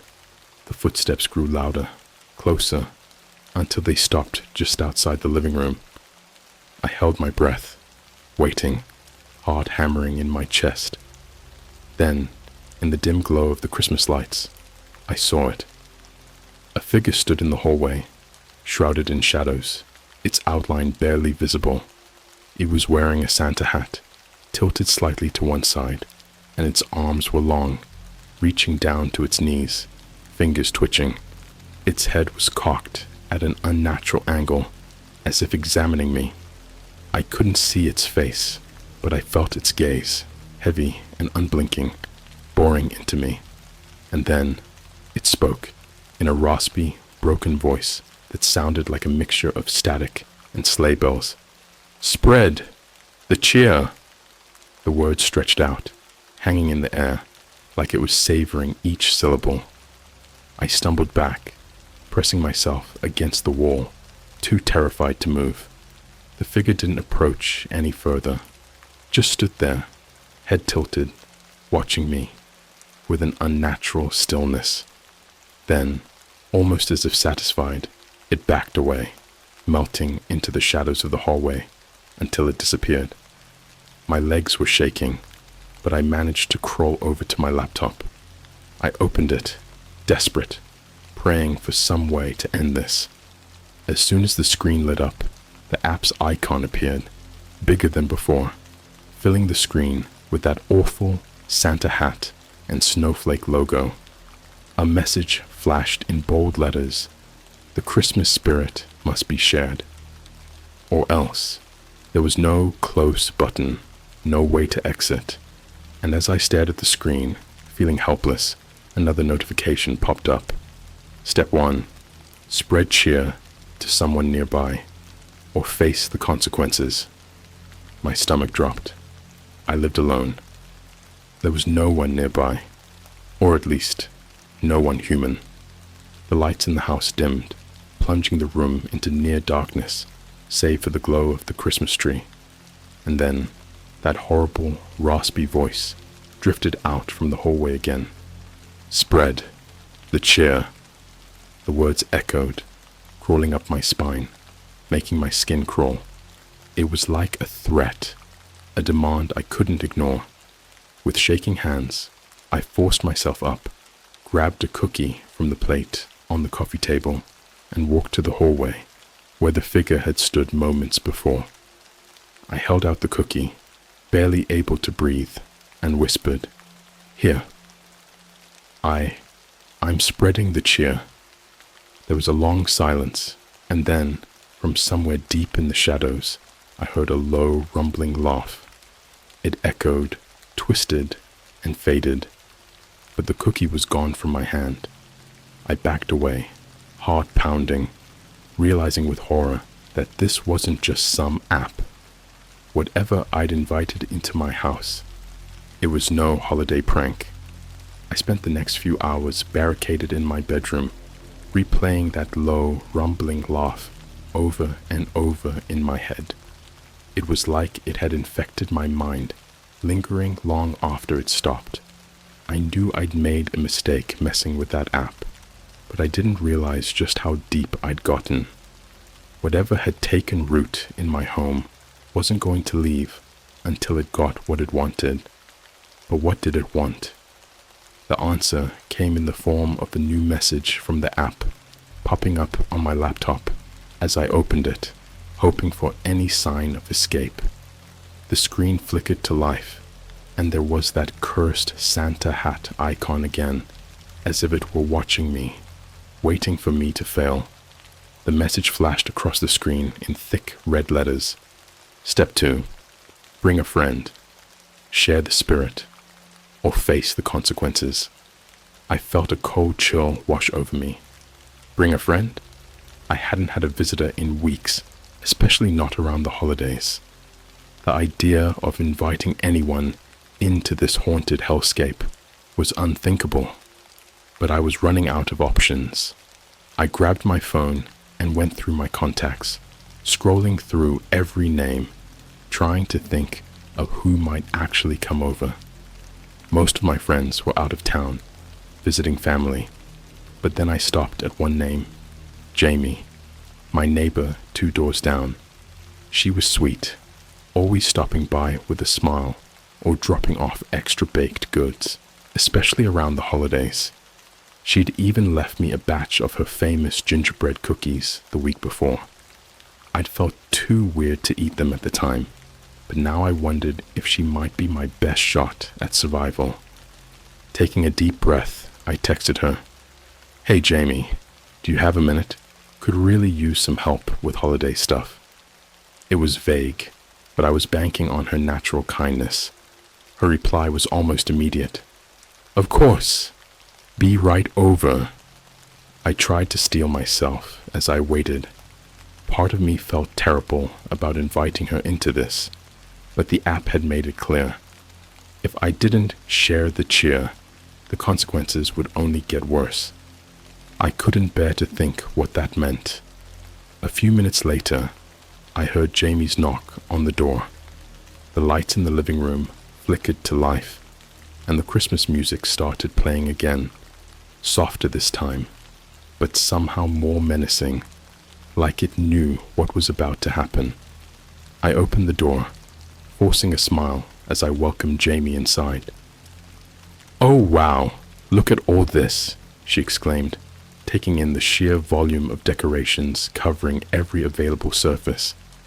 "I didn't know you were such a Christmas person." "Yeah," I laughed, but it came out hollow. "I went a little overboard this year." She raised an eyebrow at the animatronic reindeer twitching in the corner. "A little? This looks like something out of a holiday catalog. It's amazing." I could feel the pressure building around us, like the house itself was waiting for something. The air felt heavy, charged. I managed a shaky breath and said, "Could you help me with the tree? I, need another pair of hands."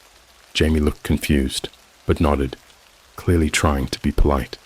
She reached out and adjusted an ornament on the tree, her fingers brushing against one of the branches. And just as she did, the lights on the tree surged to life, blindingly bright, flickering in sync with the music, which had shifted into some high-pitched, warbled version of Silent Night. Jamie looked over at me, her smile faltering. Is this part of the setup?" Before I could answer, the house shook, a low, grumbling vibration that made the ornaments on the tree clink together. I grabbed Jamie's arm, panic setting in, as I whispered, "I don't know what's going on, but I think I made a mistake." She looked at me, a flicker of fear crossing her face. But then something else caught her attention. Her eyes widened as she stared behind me, and I turned slowly, dread pooling in my stomach.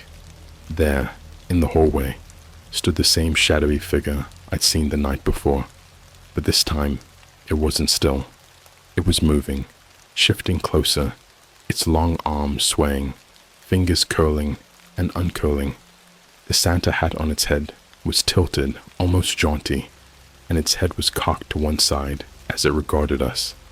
Jamie let out a choked gasp, taking a step back. What is that?" I tightened my grip on her arm, whispering, "We need to leave. Now." But as soon as we turned to head back toward the door, it slammed shut with a thunderous crash, rattling the walls. The decorations seemed to pulse with light, the garlands and wreaths twisting and shifting, like they were alive, wrapping tighter around the walls. "Let us out!" I yelled, pounding on the door, but it was no use. Jamie was sobbing, clutching her phone, but even though she was tapping frantically, there was no signal.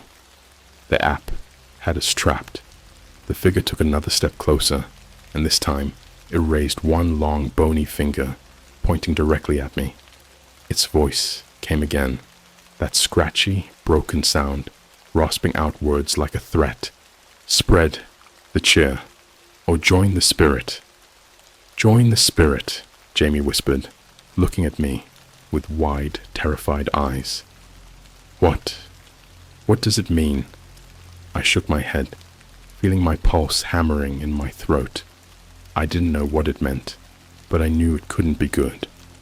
The figure took another step forward, and suddenly the lights in the room went out, plunging us into darkness, with only the faint glow of the Christmas lights illuminating the creature's hollow, empty face. It was grinning now, the corners of its mouth pulled up into a smile that stretched too wide, its eyes glowing faintly in the dim light. The music changed again, shifting to something even darker, warped and twisted, as though the house was building up to something final, something horrifying. I felt a cold, sharp pain on my arm and looked down to see tiny cuts forming, red and green glitter mixing with the blood. Words were being etched into my skin, appearing slowly, letter by letter, like a message written in some cursed ink. The words read, "Do not resist. Embrace the spirit." The cuts burned, but as I tried to brush them away, the glitter only seemed to sink deeper, fusing into my skin. Jamie was staring in horror, backing away, her own arms starting to glow with the same glittering letters, spelling out the same message over and over. What's happening?" she cried, tears streaming down her face. I didn't have an answer. My mind was blank with terror. But then, in a last-ditch effort, I turned back to the Christmas tree and grabbed one of the glass ornaments, smashing it against the wall. I picked up a shard, holding it out defensively, feeling ridiculous but desperate. The shadowy figure stopped, cocking its head, as if amused. Then, it spoke one last time, each word dripping with menace. If you won't spread the cheer, you will become the cheer. And with that, the figure dissolved into a cloud of glittering dust, swirling around us, filling the air. Jamie was screaming, and I could feel it too, the dust settling on my skin, cold and sticky, like it was seeping into my pores. The room spun, and everything went dark. I don't remember passing out, but when I opened my eyes, it was dark. The air was thick with that same sickly sweet pine smell, stronger than ever, making my stomach twist. I was lying on the floor, my cheek pressed against the cold hardwood, surrounded by shattered ornaments and scattered bits of tinsel. For a moment, I thought maybe it had all been a nightmare. But then I saw the words. They were glowing faintly on my arms and hands, the glittery red and green letters still etched into my skin. Do not resist. Embrace the spirit. I scrambled to my feet, feeling that familiar surge of dread. Jamie was lying nearby, eyes wide open, staring blankly at the ceiling, her own skin glistening with the same glittery message. I shook her, calling her name, desperate to wake her up, but she didn't respond. Her chest rose and fell slowly, so I knew she was breathing, but her eyes, they looked hollow, like something inside her had vanished. I stumbled back, my mind racing. I knew that I couldn't stay here, couldn't let whatever had taken over this house do the same to me. But as soon as I took a step towards the door, I felt a tug on my arm. I looked down, horrified to see strands of red and green garland coiled around my wrist, winding tighter with every second. The garland snaked up my arm, pulling me back toward the living room, wrapping around my legs, binding me in place. I fought against it, pulling with everything I had, but the garlands were relentless, tightening like iron chains. And that's when I heard it. The music, low and slow, drifting from every corner of the room.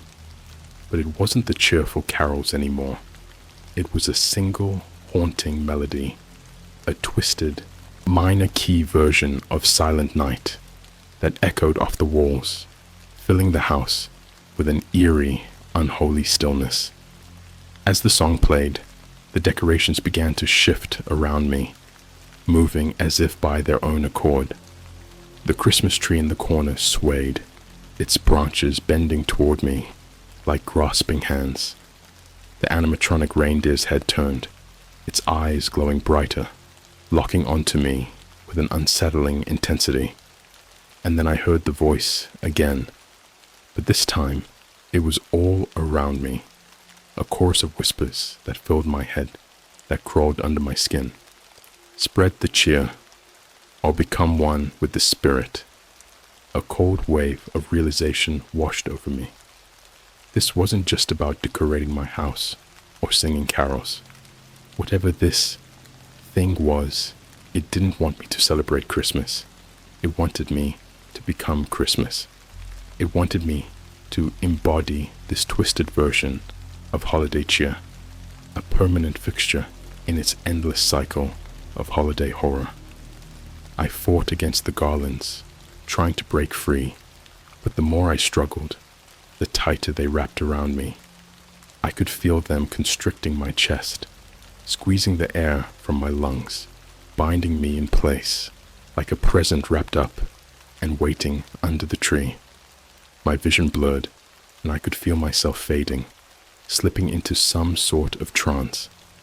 My skin started to tingle, the red and green glitter seeping deeper, spreading over my body like a second skin. I couldn't move. I could barely think. All I could hear was that twisted carol, looping endlessly in my head. But then, something cut through the haze. A faint buzzing sound. I strained to focus, and through my fogged vision, I saw it. My phone, lying on the floor just a few feet away, vibrating with a notification. I couldn't move my arms, but I managed to wiggle my fingers, inching my hand closer, scraping against the floor as I reached for it. With one last surge of effort, I grasped the phone, hitting the answer button, hoping against hope it was Tom, or anyone who could help. A voice came through, faint and distant, but unmistakably familiar. It was Tom. "I found a way," he said urgently. "I found out how to break the connection. You need to destroy the source, the thing the app is bound to. It's usually an object that the app has claimed." "Tom," I could barely whisper, my voice choked and weak. I can't move. It's taking over." "Listen to me," he said, his voice steady. "Whatever it's latched onto, whatever object feels the most unnatural, that's the source. You need to destroy it. It's the only way to break free." I glanced around the room, my vision swimming, searching for anything that felt wrong. And then I saw it, the little red box. It was back, sitting on the coffee table, perfectly wrapped, with a fresh note on top. I used every bit of strength left in me to drag myself toward it, clawing my way across the floor. My fingers trembled as I reached for the box, my whole body screaming in protest. The garlands tightened around my chest, squeezing the life out of me, but I ignored the pain, focusing only on that box. I ripped the lid off, and inside, lying at the bottom, was my laptop. It was different now, almost unrecognizable, covered in thick layers of glitter and garland, twisted and warped into some monstrous version of holiday cheer. I barely hesitated, grabbing it with both hands and lifting it over my head.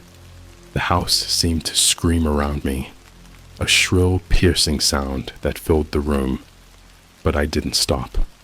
I brought the laptop down hard, smashing it against the ground with everything I had. Sparks flew, bits of glass and plastic scattering across the floor.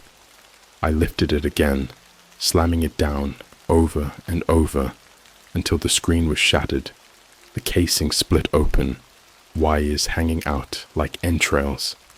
The garlands around me loosened, slithering back like retreating snakes, and the oppressive weight lifted. The music stopped, cutting off mid-note, leaving the house in an eerie, unnatural silence. I lay there, panting, covered in sweat and glitter, my heart racing as I stared at the remains of the laptop. The decorations around me started to fade, dissolving into dust, the lights flickering out one by one. The Christmas tree sagged, collapsing into itself, as if it had never been alive.